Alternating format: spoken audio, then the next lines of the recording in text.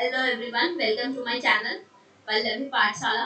आज जो है हम लोग स्टैटिस्टिक्स से रिलेटेड जो कल का कॉन्सेप्ट थ्योरेटिकल कॉन्सेप्ट पढ़ा है उससे रिलेटेड प्रीवियस ईयर क्वेश्चंस करेंगे। ठीक है, तो आई होप कि आप लोग ने प्रीवियस कॉन्सेप्ट देखा होगा, क्योंकि मैं यहाँ कॉन्सेप्ट नहीं डील करूंगी, सीधा सीधा फॉर्मूला को डिस्कस करेंगे और उसके बेसिस पे क्वेश्चंस को करेंगे। तो जिन लोगों ने थ्योरी नहीं देखा वो जरूर देखो थ्योरी को, क्योंकि वो थ्योरी आपके लिए बहुत बहुत बेनिफिशियल फ्रेंड्स। क्योंकि कभी कभी हमें उस थ्योरी से ही पेपर वन में थ्योरी से पूछ देता है और उसका स्टैट क्वेश्चन जो हमसे पेपर टू में पूछ देता है। तो जिन लोगों ने वो नहीं देखा वो जरूर देखे उस कॉन्सेप्ट को, उस पार्ट को। ठीक है, तो आज स्टैट के कुछ क्वेश्चंस को डील करेंगे। अगर कुछ रह जाता तो फिर उसको नेक्स्ट वीडियो में इस तरह से मैं कर दूंगी। And one more thing friends, अब मैंने दो चीज सोचा है। अगर अब मुझे थ्योरी कराना है कोई भी चीज का थ्योरी, तो लाइक मैं आइकॉनिक का जो क्लासेस लेती हूँ, तो अभी फिलहाल मैं उन लोगों का क्लासेस अपना पर्सनल कंडक्ट कराती हूँ। ठीक है, तो वैसे ही आप लोगों का एज फ्री लर्नर्स के लिए भी मैं गूगल मीट की एक लिंक भेज दूंगी और एक टाइम फिक्स कर दूंगी आप लोगों से पूछ करके। जो भी होगा तो उस समय मैं थ्योरी को वहां पे डील करूंगी और जो प्रीवियस ईयर क्वेश्चंस होंगे वो मैं अपने यूट्यूब चैनल पे डाल दूंगी। सो अगर आपको ये कॉन्सेप्ट और ये चीज अच्छा लगा है तो जरूर बताना you all are ready for this और नॉट। जिनको थ्योरी करने की मन होगी वो मेरे साथ गूगल मीट पे अटैच हो जाएंगे, और जिनको नहीं मन होगा वो सिर्फ प्रीवियस ईयर क्वेश्चन यूट्यूब पे अपना वीडियो को देख लेंगे। ओके, सो आई होप कि आप लोग इस चीज के लिए एग्री करोगे। मैं हर एक कॉन्सेप्ट पे इस तरह से गूगल मीट पे हम लोग डील करेंगे, रोज वन आवर या हाफ एन आवर इस तरह से। और मैं रात का ही टाइम रखूंगी ताकि सब कोई फ्री हो जाओ, है ना। सुबह दिन का भी ऑफिस है एंड ऑल है, तो रात को 8 से 9 या रात को 9 से 10 इस तरह से आप लोग जो है रहते हो, तो उसके हिसाब से होगा। मैं फिर ऐसे तो 9 से 10 मैं आइकॉनिक का लेती हूँ क्लासेस, बट अगर आप लोग इस टाइम पे फ्री रहोगे 8 से 9 या 7 से 8, तो मैं आपका लेके फिर 10 मिनट का गैप लेके मैं आइकॉनिक के लर्नर्स का क्लासेस ले लूंगी। ओके, सो आई होप कि आपको ये आइडिया ठीक लगे। अगर आपको आइडिया में कोई भी दिक्कत या कुछ भी पॉइंट हो तो आप मुझे सजेस्ट कर सकते हो, कोई दिक्कत नहीं है। एक्चुअली मैं सोच रही कि इधर यूट्यूब पे प्रीवियस ईयर क्वेश्चन चलाऊं, है ना, और उधर मैं अपना कंटेंट भी जो है आप लोगों के साथ शेयर करती रहूं, मतलब कंटेंट भी समझाती रहूं। जिनको समझना है वो समझेंगे, क्योंकि कंटेंट बहुत बच्चों का है कि मैम कंटेंट हो चुका है इस जगह से उस जगह से। तो ठीक है, जिनको अंडरस्टैंड करना वो आएंगे, जिनको नहीं करना वो प्रीवियस क्वेश्चन सिर्फ देखेंगे। तो ये दोनों तरह के लर्नर्स के लिए मैंने ये सोचा है, बाकी आपकी मर्जी, आपको जो बोलो। ठीक है, ओके, सो हम रेडी हैं प्रीवियस क्वेश्चन के लिए। लास्ट वीडियो में मैंने एक होमवर्क दिया था एक स्टैट का क्वेश्चन करने के लिए, उसमें सिर्फ विप्लव ने और एक दो और किसी ने उसको सॉल्व किया है, बाकी किसी ने सॉल्व नहीं किया है। तो very good Viplav, I hope इस बार आपका जेआरएफ पक्का होगा। आई अश्योर यू, जिस तरह से आप मेहनत करते हो और मुझे दिखता है। ठीक है, सो हम लोग आगे बढ़ते हैं। और संस्था करके एक लड़की है, उसने भी जवाब दिया था, तो उनका भी जेआरएफ तो होना ही होना है, क्योंकि उसने भी, मतलब मैं उसको भी देखती हूँ कि किस तरह से सी ऑलवेज यूज टू, मतलब वो हमेशा जिस तरह से मेहनत करके ना, मुझे उसको देख के लगता है कि हाँ नहीं, अगर इसी तरह से मतलब बच्चे ये करेंगे तभी बहुत है जो कि हाँ कुछ हो सकता है। ठीक है,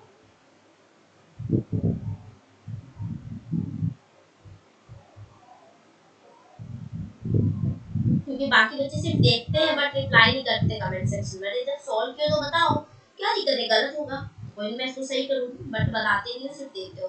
तो चलो, जय तो होना सबका है, जितने लोग मेहनत कर रहे हो मेहनत मिलेगा तो पक्का है जय होना। आप चाहे जैसे छुप के मेहनत करो या दिखा के मेहनत करो, मेहनत करना इज द मेन थिंग। ठीक है, सो हम लोग आगे बढ़ते हैं आज के क्वेश्चंस की ओर। आई होप कि आपको ये चीज क्लियर होगा जो मैंने दो तीन बार बोला है। ठीक है, सो हम लोग नेक्स्ट वीडियो की ओर चलते हैं। नेक्स्ट क्वेश्चन जो है, पहले जो होमवर्क वाला क्वेश्चन है उसको डील कर लेते हैं।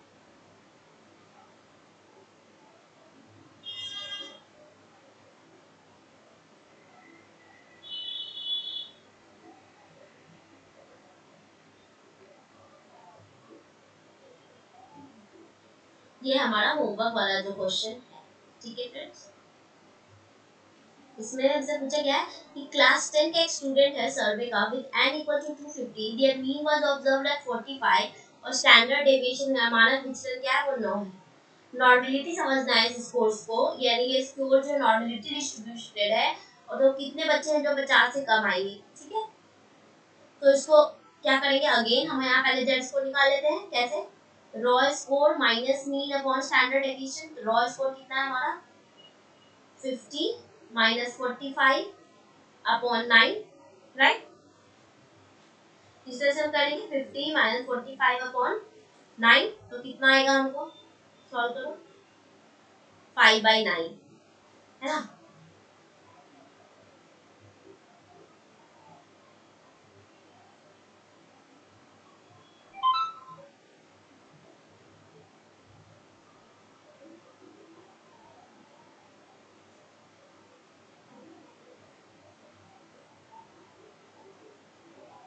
तो उनको आता है 0.55 के अप्रॉक्स, ठीक है। अब हमसे क्या पूछा है, assuming probability of harm student would should be below the score of student getting इतना, तो 0.55 है, यानी इसको -1 के अप्रॉक्स मान सकते हैं, -1 सिग्मा, एंड -1 सिग्मा के नीचे कितने बच्चे आएंगे, हमको यहाँ पे ये देखना है।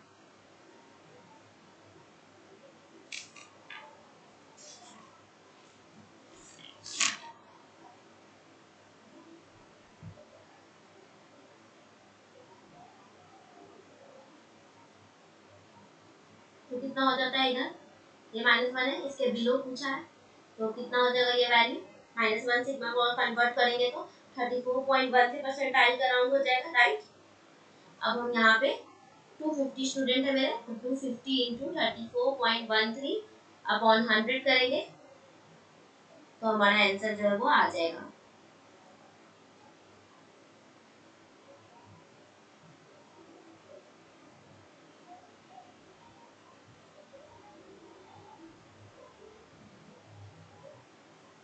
तो 85.3 के अराउंड कुछ आता है इस तरीके से, तो हमारा आंसर जो है वही हो जाएगा, ठीक है। एक बार देख लो मैंने कुछ गड़बड़ तो नहीं किया, सब सही लिखा था।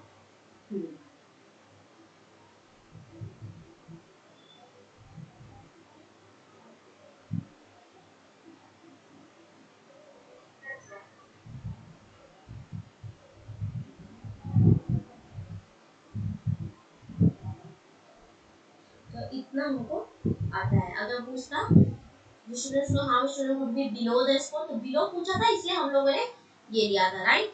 ओहो यस, एक मिस्टेक किया ना फ्रेंड्स, यहाँ पे देखो हमारा तो वैल्यू कितना आया है, प्लस में आया ना, तो -1 सिग्मा कैसे हो गया बोल। हाँ चलो ठीक है ठीक है, ये +1 सिग्मा, और जब ये +1 होगा तो हमारा वैल्यू कितना होगा, 84.13 हो जाएगा, राइट। और तब हम करेंगे तो हमारे यहाँ पे भी 84.13, और तब वो उसके हिसाब से हमारा आंसर आएगा 210.3। तो मैं इसको फिर से प्लेन करके एक्सप्लेन करती हूँ। चलो सबसे पहले हमको क्या बोला है, जेड स्कोर निकालना है, तो उसके लिए raw minus mean upon standard deviation. Raw कितना दिया है 50 माइनस 45 मीन दिया हुआ है, और स्टैंडर्ड डेविएशन दिया हुआ है 9। सॉल्व किया तो कितना आया 5/9, 5/9 का वैल्यू कितना आया था 0.55 के अप्रॉक्स, जिसको कि हम लोगों ने किसके इक्वेट कर दिया 1 के अप्रॉक्स कर दिया, तो ये हमारा +1 सिग्मा था, राइट। मैंने यहाँ बस वही माइनस साइन कर दिया था और कुछ नहीं। तो देख लो वैल्यू कितना डिफर हो जा रहा है +1 और -1 से, और यही हम एग्जाम में जल्दी जल्दी में करके आ जाते हैं। तो +1 सिग्मा के बिलो पूछा, ये मीन है, +1 यहाँ पे आया, जिसका वैल्यू कितना होता है यहाँ से यहाँ तक का 34.13, है ना। और ये तो मीन है, और इधर वाला टोटल कितना हो गया 50%, तो इन दोनों को जोड़ दो, तो जोड़े तो कितना आ गया 84.13, राइट। अब इस 84.13 को हम कितना बिलो द स्कोर नंबर है वो निकालेंगे, तो उसके लिए 250 इंटू 84.13 अपॉन 100, ये जीरो गया, 5 टू द 10, 5 5 द 25, राइट। अब इसको मल्टीप्लाई हम लोग कर लेते हैं, तो मल्टीप्लाई करेंगे तो कितना आएगा 5 इंटू 84.13 डिवाइडेड बाई 2, तो उनका वैल्यू आता है 210.325, यानी कि अप्रोक्स जो है 210 के अराउंड जो बच्चे हैं उन्होंने 50 से कम स्कोर किया है, ठीक है। फ्रेंड्स, तो विप्लव आपका आंसर सही है।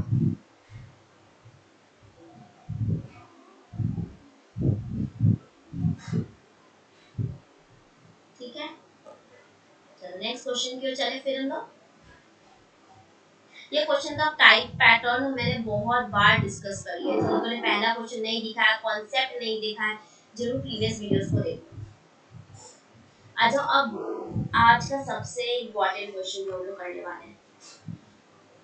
क्या बोल रहे हैं, researcher gives two test one English language और एक मैथमेटिक्स। रिसर्चर ने एक इंग्लिश लैंग्वेज में और एक मैथ के लैंग्वेज में एक टेस्ट लिया और उसने मीन निकाला और स्टैंडर्ड डिविएशन निकाला of each of the two group, जिसमें n क्या है 100 है, यानी दोनों ग्रुप का निकाला जिसमें n क्या है 100, यानी मीन कितना है 50 इंग्लिश का और मैथ का कितना है 60। स्टैंडर्ड डिविएशन इंग्लिश का कितना है 10 और मैथ का कितना है 12। Assuming the curve for the two distributions overlapping, बोल रहा है जो कर्व आएगा यानी जो नॉर्मल प्रोबेबिलिटी आएगा, ठीक है, उसको मान लो कि वो ओवरलैप कर रहा है, किसी तरह से कर रहा होगा, देखते हैं। तो बोला how many students in English language, देखो क्या पूछ रहा है, कितने बच्चे जो हैं वो इंग्लिश लैंग्वेज में are below the mean of those in mathematics, यानी मैथमेटिक्स का जो मीन है उससे बिलो है। ठीक है फ्रेंड्स, समझ रहे हो यहाँ पे? यहाँ पे हमको बहुत स्मार्टली जो है डाटा को सेलेक्ट करना होगा। मेरा ये इतना क्वेश्चन तो कुछ नहीं है, सब जगह दिया रहता है, लेकिन ये जो इतना ना यही अब समझने वाला है। क्या बोल रहा है, कितने बच्चे ऐसे हैं जो इंग्लिश लैंग्वेज में होंगे जो कि मैथमेटिक्स के मीन से कम स्कोर किए। सबसे पहले देखते हैं मैथमेटिक्स का मीन कितना है 60। तो अब बताओ फ्रेंड, ये इस क्वेश्चन को सॉल्व करने के लिए मैथमेटिक्स का मीन है या हमारा रॉ स्कोर हो जाएगा? बिल्कुल हमारा क्या हो जाएगा, रॉ स्कोर। क्यों? क्योंकि आपको किससे कंपेयर करने के लिए बोला है, इसी मींस कंपेयर करने के लिए बोला है। किसका मार्क्स, इंग्लिश लैंग्वेज का मार्क्स। तो यानी इंग्लिश लैंग्वेज का मार्क्स यहाँ पे कितना हो गया मेरा 50, यानी जेड निकालना होगा तो कैसे निकालेंगे 60 माइनस 50 अपॉन, अब बताओ स्टैंडर्ड डिवीजन किसका यूज करेंगे, जिसका रॉ स्कोर ही है, जिसके बारे में पूछ रहा है। तो ऑफ कोर्स जिसके बारे में पूछ रहा है तो वो क्या है, इंग्लिश। तो हम लोग स्टैंडर्ड डिवीजन में किसका यूज करेंगे, इंग्लिश का, यानी 10, यानी हमको वैल्यू कितना आ गया +1 सिग्मा, राइट? ठीक है, +1 सिग्मा को हम लोग किससे लिखते हैं 34.13, लेकिन हमसे क्या पूछा है बिलो, तो बिलो के लिए हम इसमें 50 भी ऐड कर देंगे, 50 प्लस 34.13 तो कितना आ गया 84.13। अब इसको सॉल्व करने के लिए क्या करेंगे, नंबर कितना है 100, तो 100 इंटू 84.13 अपॉन 100 सॉल्व करेंगे तो कितना आ गया 84.13, यानी 80 अप्रॉक्स 84 बच्चे ऐसे हैं, स्टूडेंट्स ऐसे हैं जिन लोगों ने कितना स्कोर बिलो स्कोर किया, 60 से कम स्कोर किया है, राइट? समझ गए? इस क्वेश्चन में सारा स्टेप सेम था, फिर बस यही पे एक लैंग्वेज समझने का था कि बोला था हमको इंग्लिश लैंग्वेज के मार्क्स को कंपेयर करना है किसके मुकाबले, mean of those in mathematics. ठीक है, सो क्लियर है ये चीज सबको? अब चलो इस क्वेश्चन को मैं चेंज करती हूँ और आपको भी 1 मिनट का टाइम देती हूँ, खुद से ट्राई करो। ठीक है, अब यहाँ बोल रहा है how many students in math are below the mean of those in English. ठीक है, मैथ में कितने बच्चे हैं ऐसे जो कि इंग्लिश का जो मीन है उससे कम आया है मार्क्स। ठीक है, तो पहले यहाँ डिसाइड करते हैं कि रॉ स्कोर किसको उठाना है। तो रॉ स्कोर किससे को उठाते हैं, जिससे कंपेयर करते हैं। तो यहाँ देखो किसको कंपेयर किया है, below the mean of those in English, यानी इंग्लिश के मीन से कंपेयर किया। तो रॉ स्कोर हमारा यहाँ क्या हो गया 50। अब मीन किसका लेंगे, तो ऑफ कोर्स मैथ्स का लेंगे, तो मैथ्स का वैल्यू कितना हो गया 60। स्टैंडर्ड डेविएशन किसका लेंगे, जिसका मीन लेते हैं, तो स्टैंडर्ड डेविएशन कितना हो गया 12। तो अब जेड निकालते हैं, जेड कितना होगा 50 माइनस 60 अपॉन 12।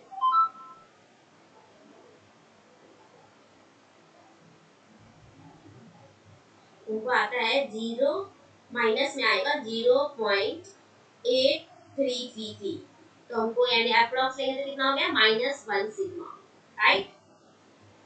अप्रॉक्स कितना हो गया -1 सिग्मा। अब हमसे पूछा क्या है -1 सिग्मा के बिलो, तो -1 सिग्मा का वैल्यू कितना आ रहा है, वो तब तो 34.13 है, लेकिन हमको बिलो चाहिए। तो देखो एमपीसी बनाओ,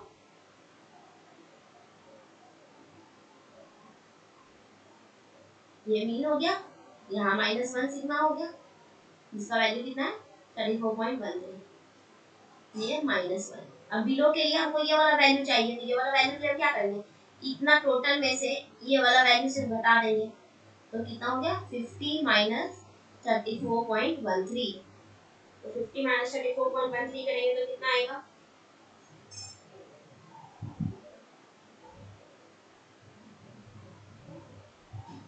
15.87। अब यही वैल्यू को हम किससे मल्टीप्लाई करेंगे, 100 से।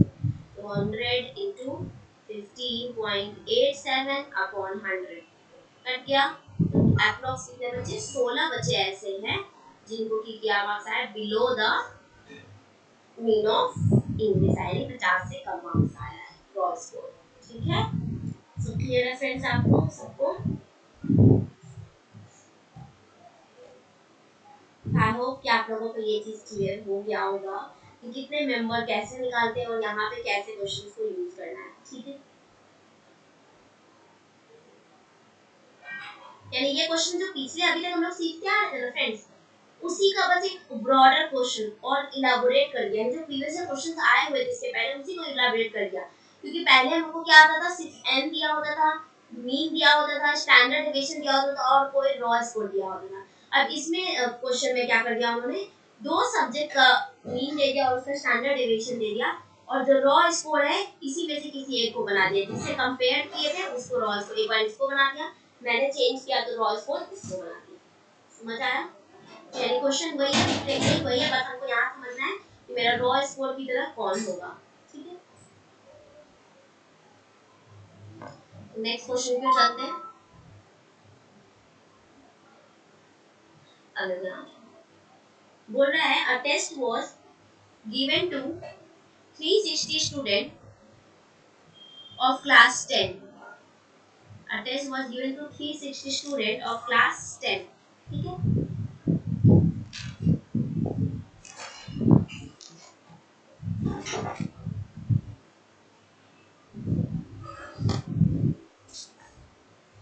and a normal distribution of score was obtained. The mean of score was 45. तो पहले हम लोग लिखते चलते, जो जो दिया हुआ है, n दिया हुआ है 360, मीन कितना दिया हुआ है 45, with a standard deviation of 9 points, यानी स्टैंडर्ड डेविएशन कितना है 9। ठीक है,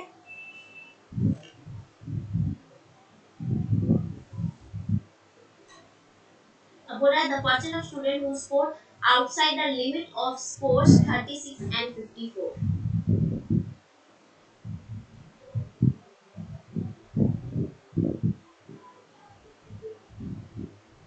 फ्रेंड्स अब यहाँ पे देखो, कल जो मैंने कॉन्सेप्ट समझाया था, कौन सा, एक लिमिट वाला कॉन्फिडेंस इंटरवल, ये वही है। और हमसे यहाँ क्वेश्चन पूछा क्या, आउटसाइड द लिमिट। तो मैंने कल के कॉन्सेप्ट में ये भी समझाया था कि जो भी हमारा इंटरवल होगा, इसका मतलब है अगर हम कोई वैल्यू निकाले हैं तो जो भी वैल्यू होगा, यानी इसका मतलब है कि इसके बीच में वो मीन आएगा। ठीक है, वो इसके बीच में उस मीन को आएगा। लेकिन हमसे यहाँ क्वेश्चन क्या बोला, आउटसाइड, यानी हमको 36 के बाहर वाला चाहिए और 54 के बाहर वाला चाहिए। तो रॉ स्कोर तो मेरा क्या है, 36 और 54 ही। ये बाहर वाला और अंदर वाला अगर समझना है फ्रेंड्स, तो कल के वीडियो को देखना होगा। कल के वीडियो में मैंने बहुत डिटेल में सब कुछ एक्सप्लेन किया है, तो वहाँ देखना। फिर तो अगर यहाँ डिटेल करेंगे तो फिर हमारा क्वेश्चन रह जाएगा। तो एन कितना है 360, मीन कितना है 45, स्टैंडर्ड डेविएशन कितना है 9, और रॉ स्कोर यहाँ दो दो है, एक 36 और एक 54। क्यों, क्योंकि हमको ये दोनों लिमिट के बाहर का वैल्यू देखना है। तो पहले हम 36 से निकाल लेते हैं जेड, तो जेड में यहाँ दो निकलेगा, एक 36 माइनस 45 अपॉन 9, तो कितना जेड आया -1 से। दूसरा जेड निकालते हैं, तो दूसरा लिमिट क्या है, रॉ स्कोर कितना है 54 माइनस 45 अपॉन 9, तो स्कोर कितना आया +1 सिग्मा, यानी जेड 2 है। यानी जो हमारे पास रेंज आ रहा है वो कितना आ रहा है, -1 से 1 सिग्मा से +1 सिग्मा का रेंज आ रहा है। लेकिन हमसे पूछा क्या, आउटसाइड द लिमिट, यानी इस रेंज के बाहर, यानी -1 सिग्मा के बाहर और +1 सिग्मा के बाहर। तो अब खुद सोचो, -1 सिग्मा, अब हम इसको एमपीसी पे डिनोट करते हैं, तो सा टेढ़ा हो गया, बट आप समझना कि जैसे है ये -1 +1 +2 +3 -1 -2 -3।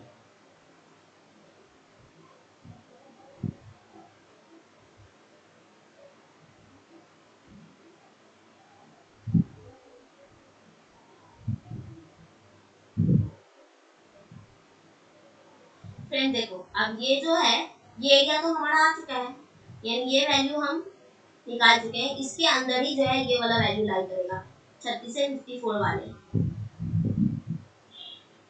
राइट। लेकिन हमसे क्या पूछा है, आउटसाइड द लिमिट, यानी इसके बाहर कौन लाई करेगा। तो इसके बाहर वाला आधा ये लाई करेगा, तो इसको भी अलग कलर से दिखा देते हैं ताकि और अच्छे से क्लियर हो। 54 से ऊपर वाले ये वाले बच्चे होंगे, इसको निकाल लेते हैं हम पहले। तो इसके लिए क्या होगा, यहाँ से यहाँ +2 वाले सिग्मा का वैल्यू और +3 वाले सिग्मा का वैल्यू। तो +2 वाले का वैल्यू कितना होता है 13.54 और +3 वाले वैल्यू का कितना होता है 2 पॉइंट समथिंग होता है, ठीक है। तो इन दोनों को जोड़ो, कितना आया हमको, अप्रॉक्स 16 के आसपास आया, ठीक है।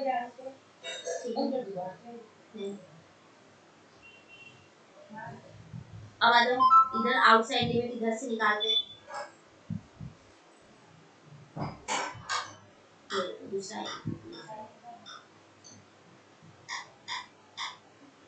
ये वाला है, इसका भी -2 निकालो 13.54 और ये 2 पॉइंट समथिंग, ठीक है। तो इसको भी जोड़ेंगे तो कितना के अप्रॉक्स आएगा 16 के अप्रॉक्स आएगा। तो जब दोनों को जोड़े 16 के अप्रॉक्स, तो हमसे पूछा है कितने परसेंट स्टूडेंट जो स्कोर करेंगे आउटसाइड द लिमिट, तो हमको बस जोड़ देना है यहाँ पे। आउटसाइड द लिमिट कितना होगा 16 + 16, ठीक है।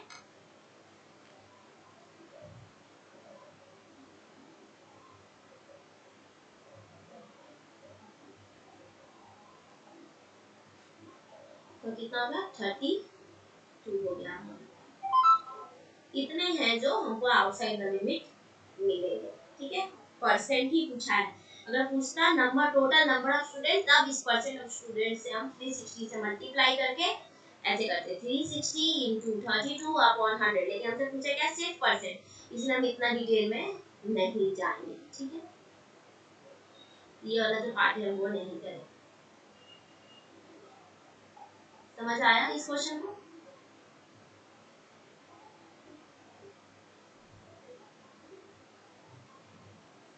ये लिमिट हमसे नहीं पूछा था, इस लिमिट को हम एलिमिनेट कर दिए। इस लिमिट को एलिमिनेट करके एक ये लिमिट निकाल लिए और ये लिमिट निकाल लिए, और ये दोनों लिमिट को जोड़ के बता दिए कि हाँ भाई इतना जो है वो हमारा आउटसाइड द लिमिट आया है, ठीक है। तो एक बार और इस क्वेश्चन को कर देते हैं ताकि आपको और अच्छे से जो भी कंफ्यूजन है वो चीज क्लियर हो जाए, ठीक है।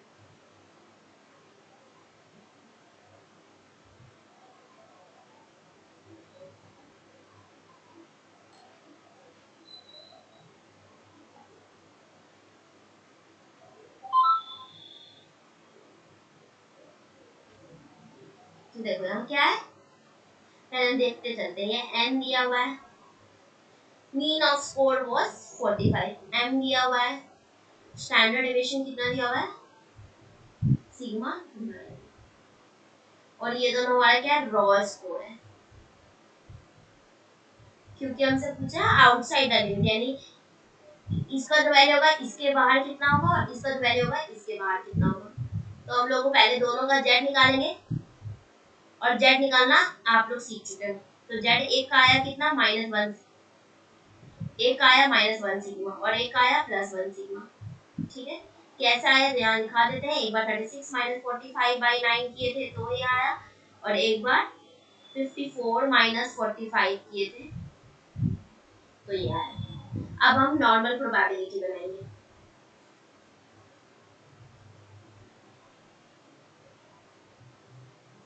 एनपीसी बनाए, मीन है +1 +2 +3 +1 +2 1 2 3, सॉरी ये माइनस है,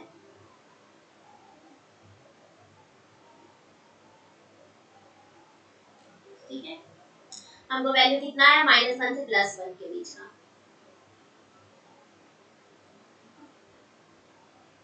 यानी ये जो -1 से डब्बा लेके +1 तक का जो डब्बा है, ये जो 36 से 54 वाले बच्चे वो इसी बीच में लाइन करेंगे।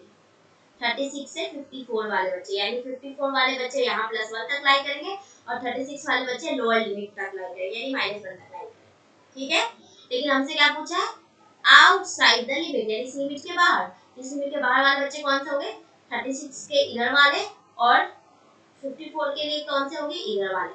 तो जब दोनों का वैल्यू को जोड़ेंगे, क्योंकि ये तो 34.13 और ये भी 34.13 है, तो इस 68 को हम घटा दें, मान लो दोनों को जोड़ते हैं तो 68.26 इस तरह से कुछ आएगा। ठीक है, इसको हम जो लास्ट -3 से +3 का जो रेंज होता था हमारा, या तो उसमें से घटा सकते हैं, जो कि 968, 95, 99 वाला प्रिंसिपल रूल मैंने बताया था, 99.74 वाला प्रिंसिपल रूल, है ना।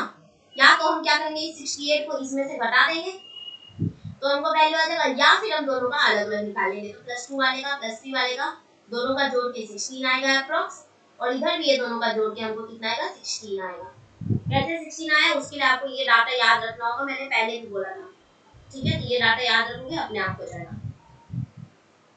और ऐसे भी फ्रेंड्स याद करो ना, जब हम लोग सिर्फ इतनी दूर का निकालते थे तो क्या करते थे ना, 50 - 34.13, तो किसके अप्रॉक्स आता था, 16 के अप्रॉक्स ही आता था ना। और यहाँ भी वही, तो 16 + 16 कितना हो गया, 32, यानी टोटल 32% ऐसे स्टूडेंट होंगे जो कि ये दोनों वैल्यू के बाहर लाई है, इधर भी और इधर भी। ठीक है, तो अब आई होप कि आपको ये क्वेश्चन जो है क्लियर हो गया होगा। आगे बढ़े अब हम लोग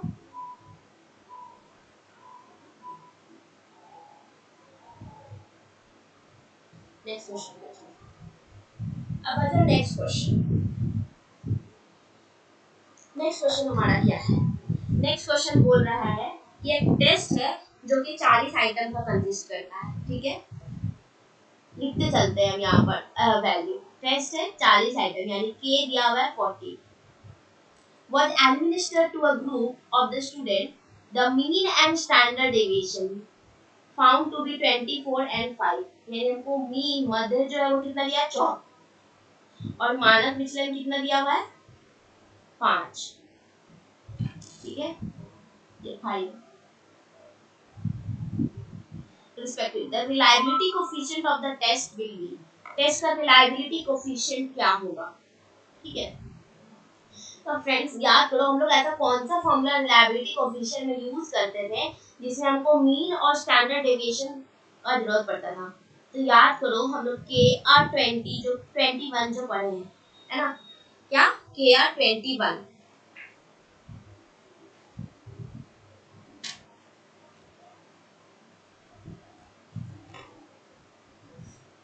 एक मिनट। ठीक है, KR21 के अंदर ही हम लोग ये चीज पढ़े हैं कि KR21 का फॉर्मूला कितना होता है, K upon K - 1 1 - M, K - M upon K into variance. Right, हम यही पढ़े हैं, है ना, और कुछ पढ़े हैं नहीं ना, यही पढ़े हैं।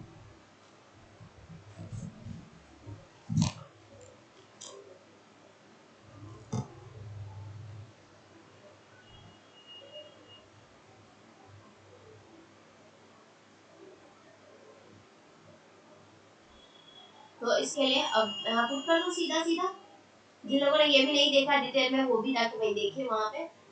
ये कितना दिया हुआ है हमको, 40 आइटम दिया हुआ है, 40 - 1 कर रहे हैं अपॉन 1 - M कितना दिया हुआ है, 24, मीन K कितना दिया हुआ है, 40 - 24 अपॉन K कितना दिया हुआ है, अगेन 40। अब बताओ यहाँ वेरिएंस कितना दिया हुआ है, तो वेरिएंस नहीं दिया, लेकिन हमको क्या दिया, स्टैंडर्ड डेविएशन, तो वेरिएंस क्या लिखेंगे यहाँ पे, 25। राइट, तो हमको यहाँ 40 इंटू क्या करेंगे, 25 करेंगे।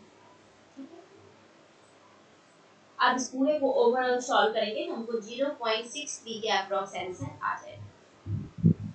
ओके, क्लियर है, बस कुछ नहीं कर। अब क्वेश्चन आता है कि कैसे समझेंगे कि KR21 आया, बहुतों के माइंड में होगा, तो फ्रेंड्स देखो ना यहाँ पे सीधा बोला है रिलायबिलिटी कोएफिशिएंट बताने के लिए। तो अब आप सोचो, हम लोग KR20 सीखे हैं, है ना, KR21 सीखे हैं, और एक और सीखे हैं जिसमें हम लोग सीखे हैं 2R अपॉन 1 + ROE वाला सीखे हैं, और एक और सीखे हैं जिसमें हम लोग सीखे हैं जब एडिशन और सब्ट्रैक्शन होता है वो कौन सा है, K R upon 1 plus R into K minus 1, यही सीखे।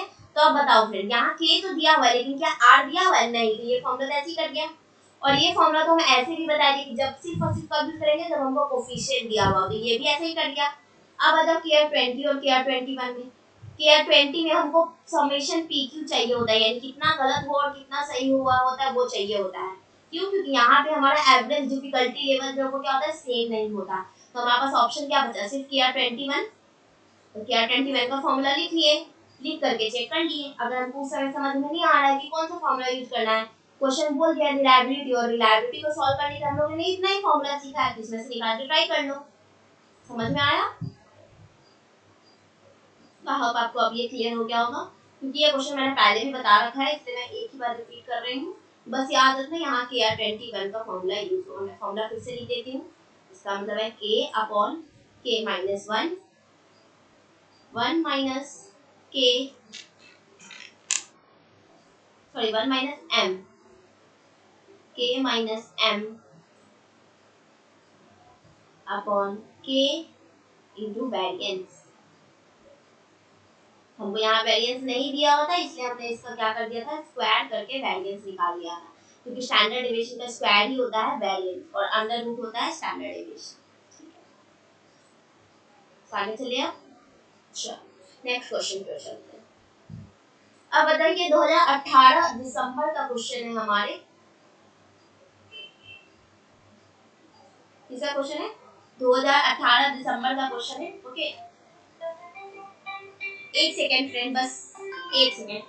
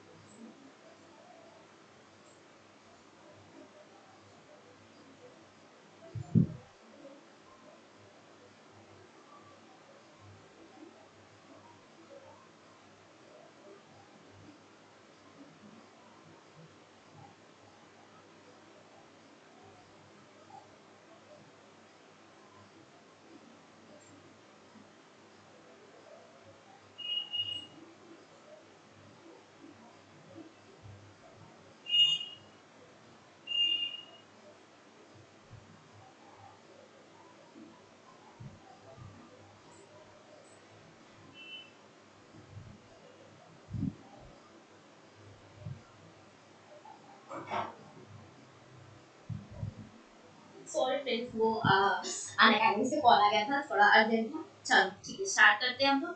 आ जाओ, यहाँ क्वेश्चन क्या बोल रहा है, ये क्वेश्चन बहुत समझने वाला है फ्रेंड, कल जो हम लोगों ने टॉपिक पढ़ा उसी से रिलेटेड है। तो आ जाओ, बोल रहे हैं कि school principal give a spelling test to 256 students. ठीक है, स्कूल प्रिंसिपल हैं जिन्होंने स्पेलिंग टेस्ट दिया कितने बच्चों का, 256 स्टूडेंट्स का। ठीक है, तो n यहाँ लिख लो, अभी सिर्फ के लिए n कितना, 256 है।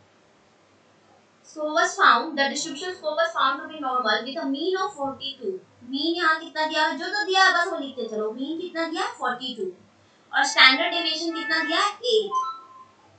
ठीक है, अब बोल रहा है प्रोबेबिलिटी 0.95। प्रोबेबिलिटी क्या है, 0.95 that the mean of corresponding population would be less than the upper limit of a friends. ये प्रोबेबिलिटी 95 है, यानी हमको बोल रहा है 0.05 सिग्निफिकेंस लेवल पे, है ना। 95 का मतलब क्या होता है, 99 का मतलब हम लोग बोलते हैं 0.01, 95 का मतलब हम लोग क्या बोलते हैं 0.05 लेवल पे।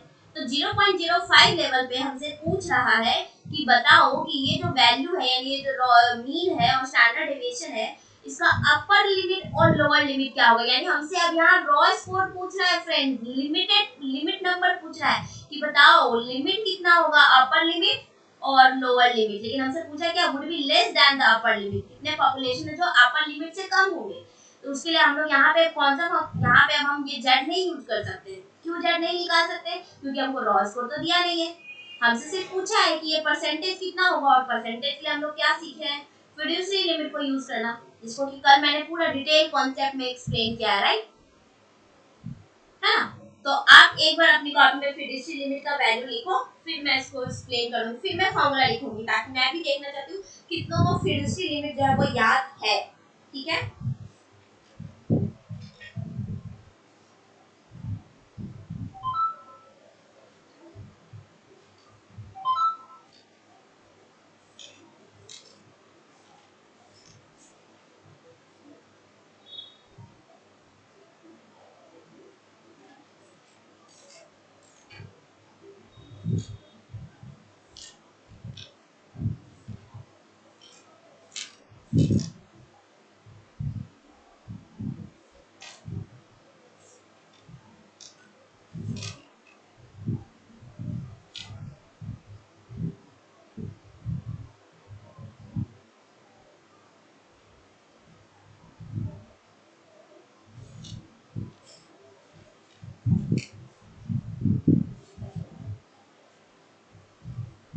तो चलो हो गया है। तो अब हम लोग इसको लिखते हैं,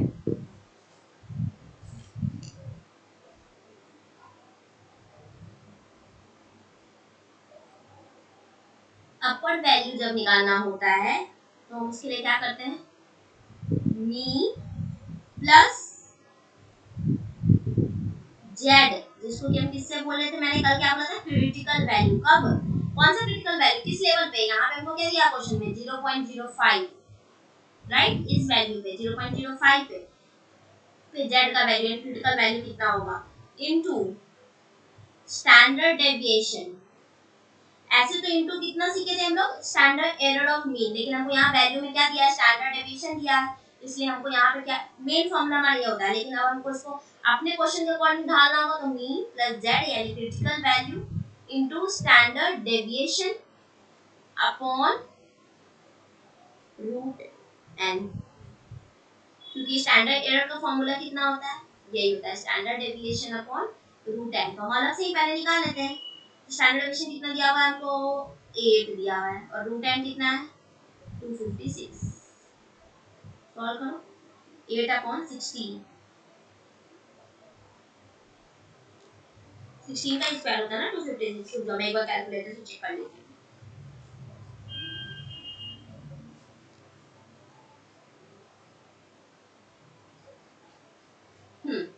तो फिर हमारा वैल्यू कहाँ गया, हाँ, तो हमारा वैल्यू कितना हो जाएगा 1/2 यानी कि 0.5, राइट।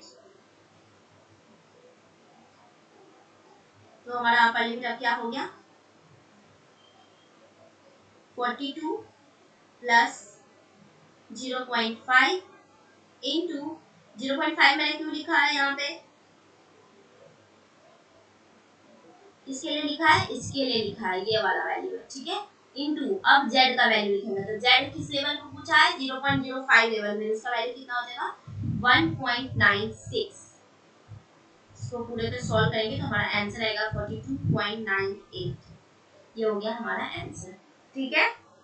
एंड हमसे पूछा था would be less than the upper limit, तो यही वैल्यू होगा अपर लिमिट से करस्पॉन्डिंग पॉपुलेशन जो इतने होगी less than the upper limit. हमने अपर लिमिट निकाल लिया, अब इसके बेसिस पे हम इसको सॉल्व कर सकते हैं।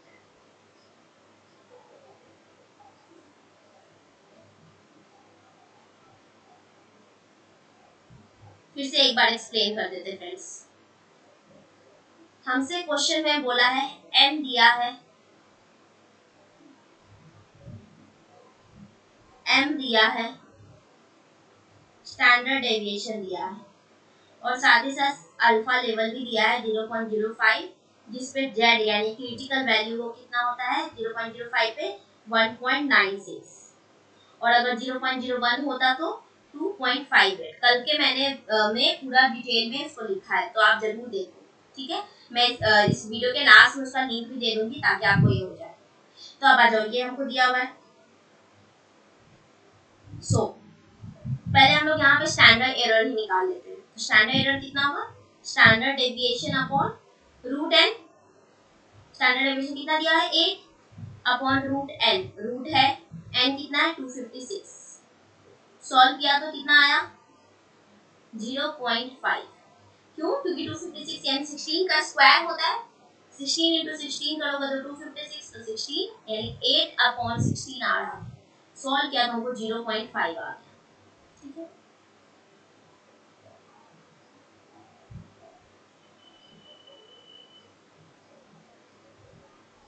ठीक, अब आ जाओ। अब हम इसका अपर लिमिट भी निकाल सकते हैं और लोअर लिमिट भी निकाल सकते हैं। जो मेरे पास ऑप्शन में पूछेगा हम वो लिखेंगे। अपर लिमिट हमेशा क्या होता है, मैंने क्या बताया था, मीन प्लस जेड, जिस पे भी होगा 0.05 पे या 0.01 पे, उस पे डिपेंड रहेगा, into standard error of mean. But हमको यहाँ पे ये नहीं दिया होता, तो इसलिए हमने क्या लिखा था formula, mean plus Z into standard deviation upon root N. तो हमने तो ऑलरेडी स्टैंडर्ड एरर निकाल लिया, तो सीधा सा लिखेंगे मीन कितना है 42 प्लस जेड कितना हमको है 0.05 लेवल है, तो जेड कितना होगा 1.96, तो लिख लिया 1.96 इनटू स्टैंडर्ड एरर कितना निकाला है 0.5। टोटल को जब सॉल्व किया तो हमको आ गया 42.98।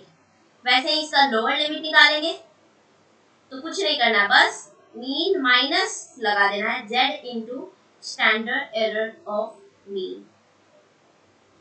तो मीन कितना है, अगेन 42 माइनस जेड, यहाँ क्या होगा फिर से 1.96, स्टैंडर्ड एरर यहाँ भी क्या होगा 0.5, और सॉल्व करेंगे तो करो।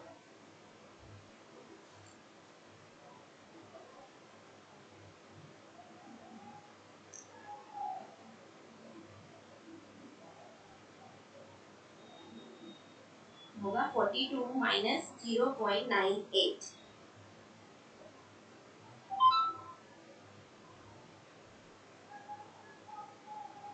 41.02, ये आपका आंसर होगा, ठीक है। तो समझ में आया, यानी ये लोअर लिमिट है या अपर लिमिट है। अब हमसे दो क्वेश्चन में पूछेगा, यानी जो भी ऑप्शन कौन से यहाँ पे जब be less than the upper limit of, upper limit से कितने लेस होंगे, तो अपर लिमिट यहाँ ये वाला हम फाइल में लिखेंगे। अपर लिमिट वाला कहाँ गया, ये मार्कर कहाँ चला जाता है, ये ठीक है।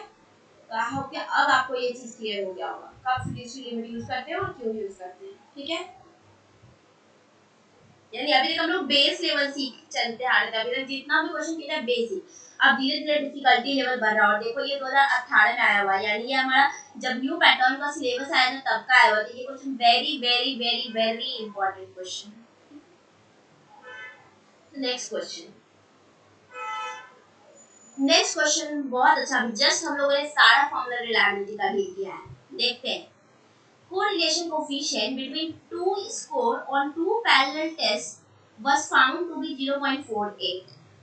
वो क्या दिया हुआ है, correlation coefficient, यानी R दिया हुआ है कितना 0.48 of two parallel tests। If both the tests are combined, दोनों टेस्ट को क्या कर दिया combine, the reliability coefficient of the combined test will be, यानी हमसे reliability coefficient पूछ रहा है।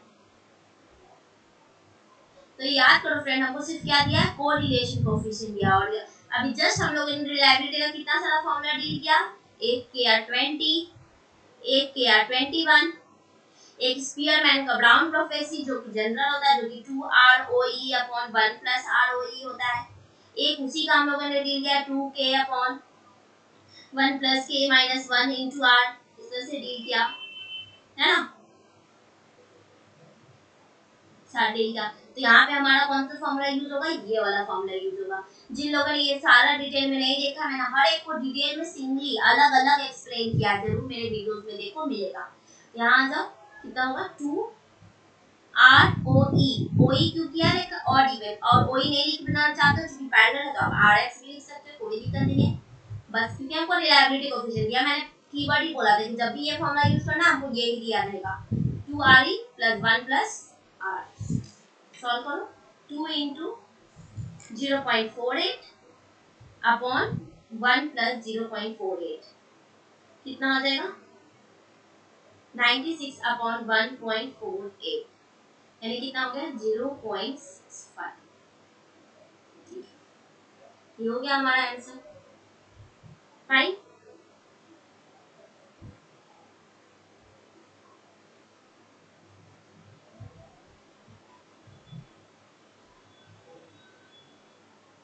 क्लियर है। चल आगे बढ़ते हैं।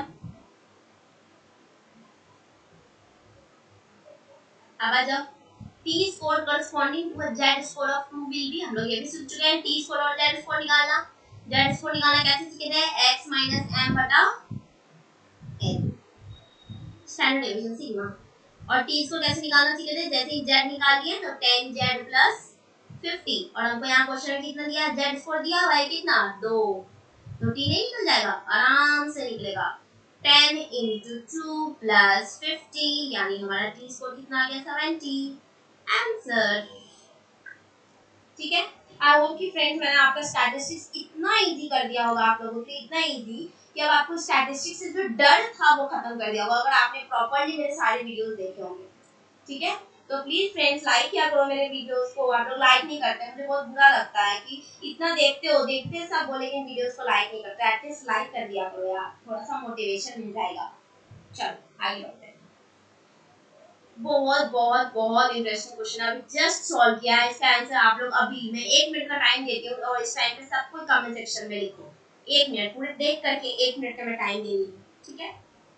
2:22 हो रहा है। फाइन। मैं आपको पूरे 2:23 तक आपका वेट करूँगी। ठीक है।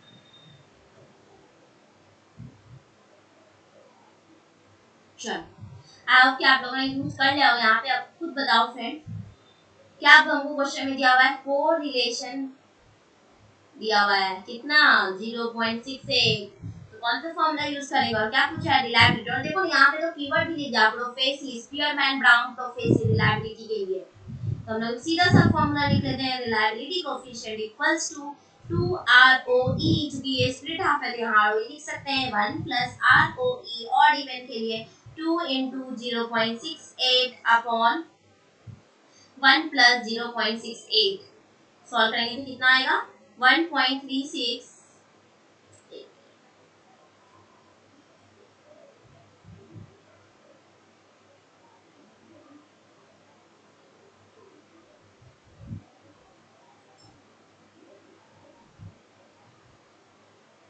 2 into 0.68 upon 1 plus 0.68 equals to 1.36।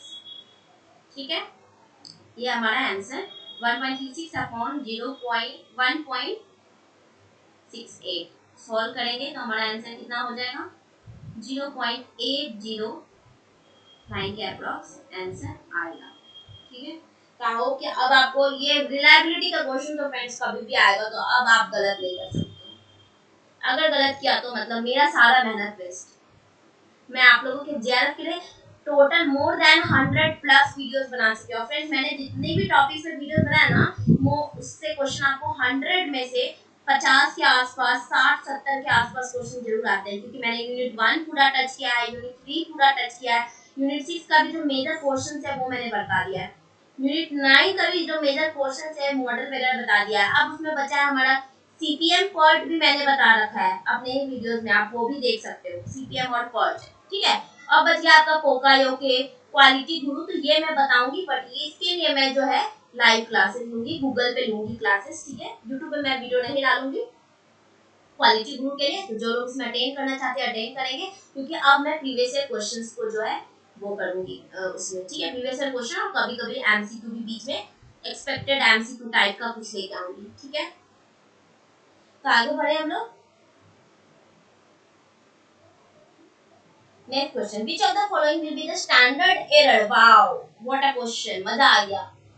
Standard error of mean when standard deviation is 8 and n equals to 100। चलो बताओ friends, standard error of mean को मैंने कैसे निकालने के लिए बताया है, रिपीट करो आप लोग जहां जहां हो वहां से। बिल्कुल सही, standard deviation upon root N. तो स्टैंडर्ड डेविएशन को कितना दिया हुआ है 8 और रूट एन कितना दिया हुआ है, एन कितना दिया हुआ है 100, तो रूट हो गया, यानी 8/10, यानी आंसर कितना आ गया 0.8 आंसर।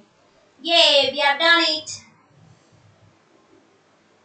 तो क्लियर है, ये भी वैल्यू, ये स्टैंडर्ड एरर कब निकालते हैं, क्यों इसको स्टैंडर्ड बोलते हैं, और सैम्पलिंग एरर में क्या डिफरेंस है, ये मैंने पिछले वीडियो में एक्सप्लेन किया है, जिसमें fiduciary limit, confidence interval, significance level सब डील किया है। ठीक है, आगे बढ़ते हैं। आ जाओ, ये क्वेश्चन एक रह गया था फ्रेंड्स, ये जब मैं हाइपोथेसिस टेस्टिंग का क्वेश्चन करूंगी ना तब इसका कॉन्सेप्ट मैं डिटेल में बताऊंगी। अभी हम थोड़ा सा सिर्फ समझने की कोशिश करते हैं। ठीक है, आई होप कि आपको वो चीज क्लियर हो जाएगा, हम थोड़ा सा ही मैं डील कर दूं तो आपको वो चीज क्लियर हो जाए।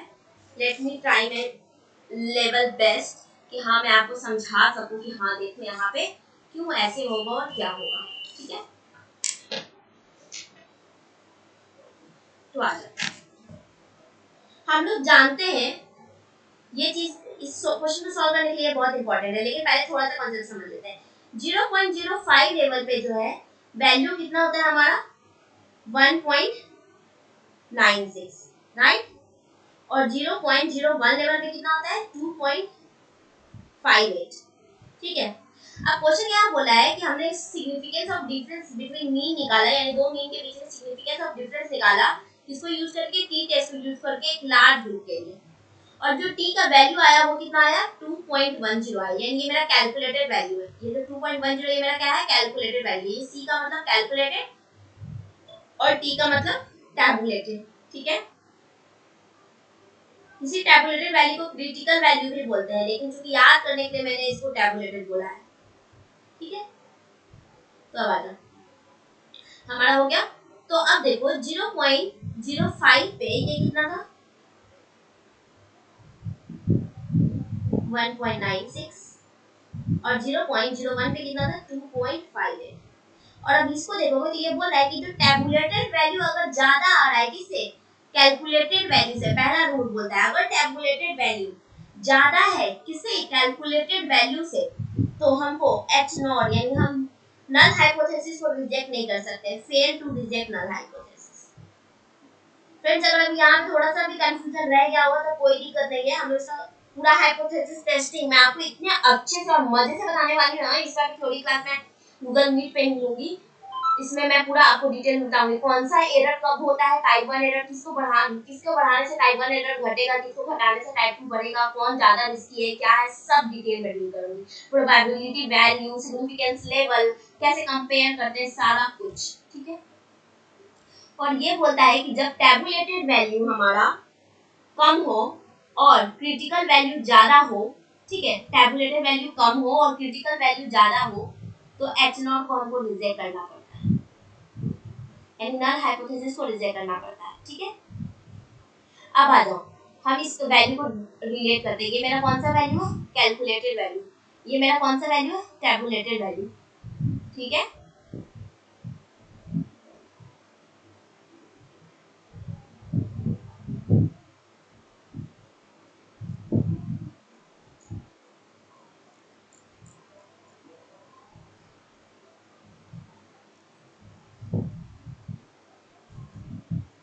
तो चलो आज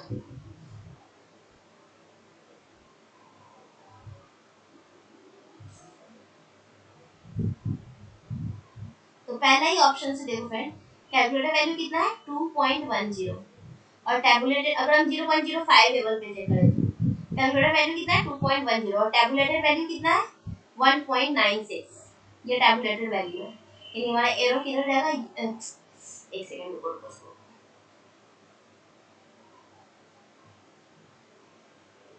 कैलकुलेटेड वैल्यू जो ज्यादा है टैबुलेटेड वैल्यू पे, कब, जब हम 0.05 सिग्निफिकेंस लेवल पे देख रहे हैं तो क्यों, कैलकुलेटेड वैल्यू कितना है 2.10 और टैबुलेटेड वैल्यू कितना है 0. सॉरी 1.96, ठीक है, इतना है।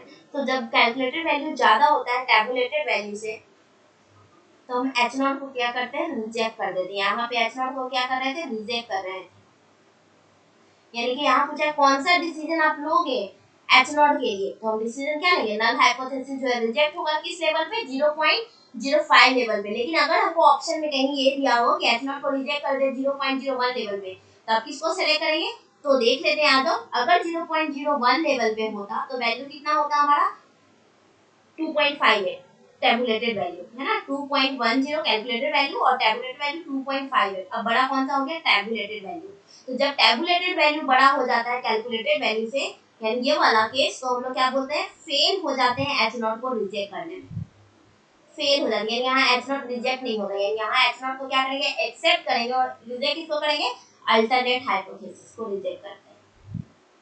ठीक है, यहाँ एच नॉट को रिजेक्ट करने में फेल हो जाएंगे, रिजेक्ट नहीं कर पाएंगे, और यहाँ रिजेक्ट करेंगे इसको, और यहाँ पे क्या एच नॉट को रिजेक्ट करेंगे और अल्टरनेट को एक्सेप्ट कर लेंगे।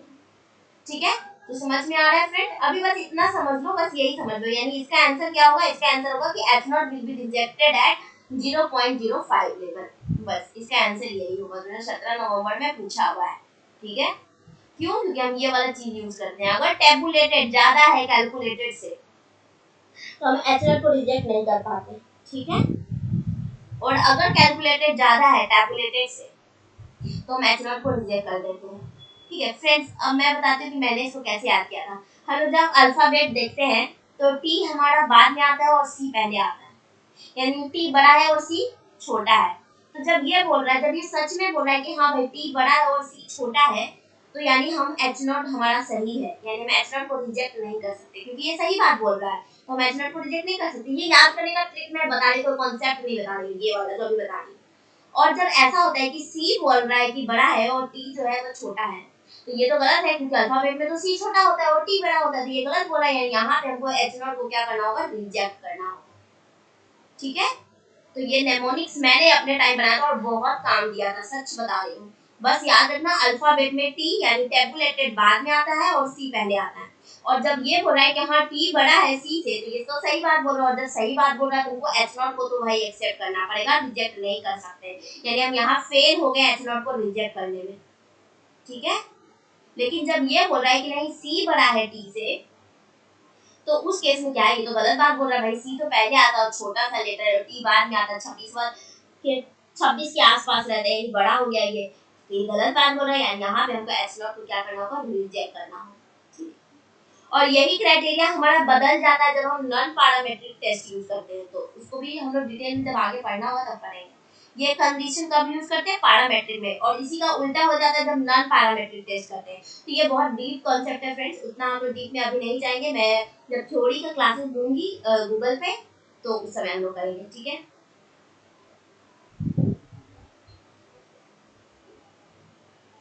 अब आ जाओ, ये वाला क्वेश्चन 2018 जुलाई का है। ठीक है, जेड स्कोर दिया हुआ है, टी पूछ रहा है, तो again T equals to 10z plus 50, put down करो 10 इंटू -1.5 प्लस 50 यानी कि कितना होगा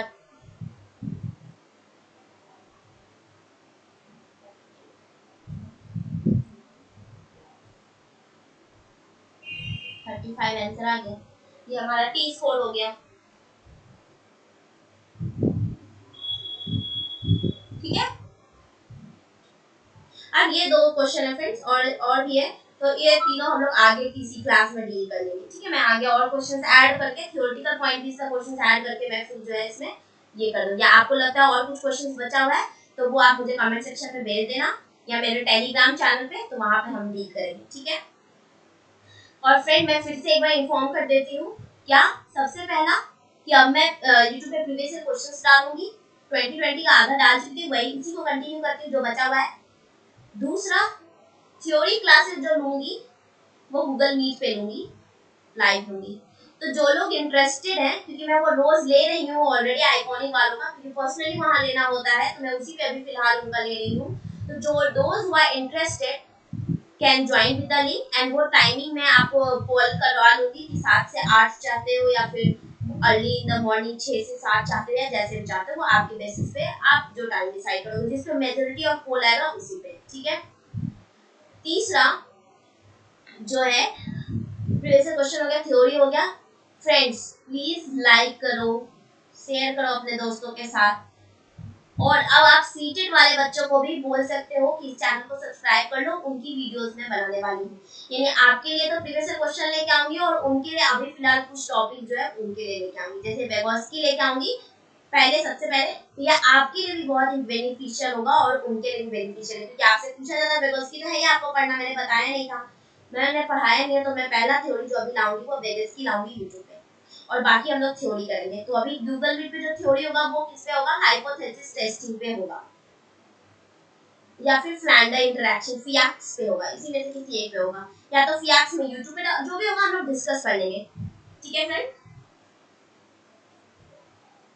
आज 22 है और मेरी सिस्टर की शादी है, तो 26 तक थोड़ा सा लिटिल बिजी हूँ मैं, तो इसलिए आज तो मैंने ऑलरेडी, इसलिए मैंने ज़्यादा क्वेश्चन आंसर कराया, तो आपके पास पहले से देखने के लिए बहुत सारे वीडियोस है फ्रेंड, 101 के अराउंड मैंने वीडियो डाल दिया और सारे इंपॉर्टेंट कॉन्सेप्ट और डिटेल में सब कुछ एक्सप्लेन किया है। आप उनको देखते हुए रिवीजन करते चलो। अब आपको रिवीजन करना है, प्रीवियस ईयर क्वेश्चंस को बनाना है, तो रोज का टारगेट रख लो कि एक वीडियो देखना है, आपका कॉन्सेप्ट में रिवीजन होता चलेगा और प्रीवियस ईयर क्वेश्चन जो आप अपना कर रहे हो वो करते चलोगे। ठीक है फ्रेंड, और प्लीज लाइक करो, शेयर करो, आप लोग लाइक नहीं करते हो फिर मैं गुस्सा हो जाऊंगी। चलो ठीक है, okay, good day, bye, thank you.